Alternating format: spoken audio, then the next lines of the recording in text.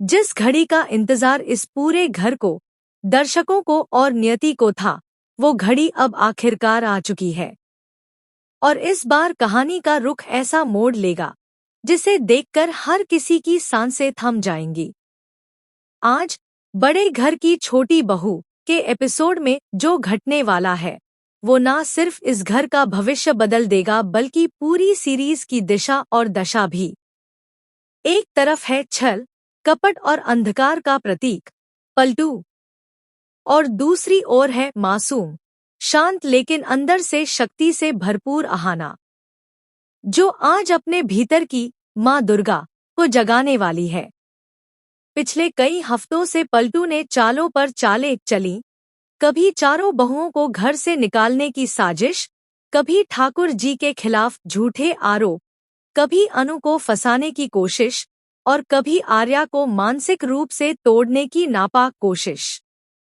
हर बार पलटू ने सोचा कि उसकी चालों के आगे ये घर बिखर जाएगा, पर उसने ये नहीं सोचा था कि उसकी सबसे बड़ी हार उसी घर की सबसे छोटी बहू के हाथों लिखी जाएगी। आज 8 अक्टूबर का दिन इस घर की दहलीज पर इतिहास बनकर दर्ज होने जा रहा है। सुबह से ही हवाओं में एक अजीब सी बेचैनी है।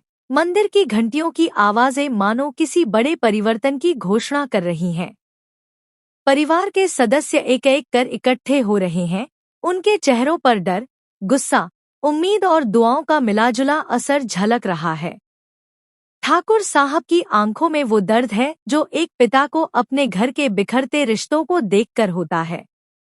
आर्या, जिसने अब तक पलटू को कई बार सबक सिखाने की कोशिश की लेकिन हर बार भावनाओं में फंस गया, वो आज अहाना की ओर उम्मीद भरी निगाहों से देख रहा है।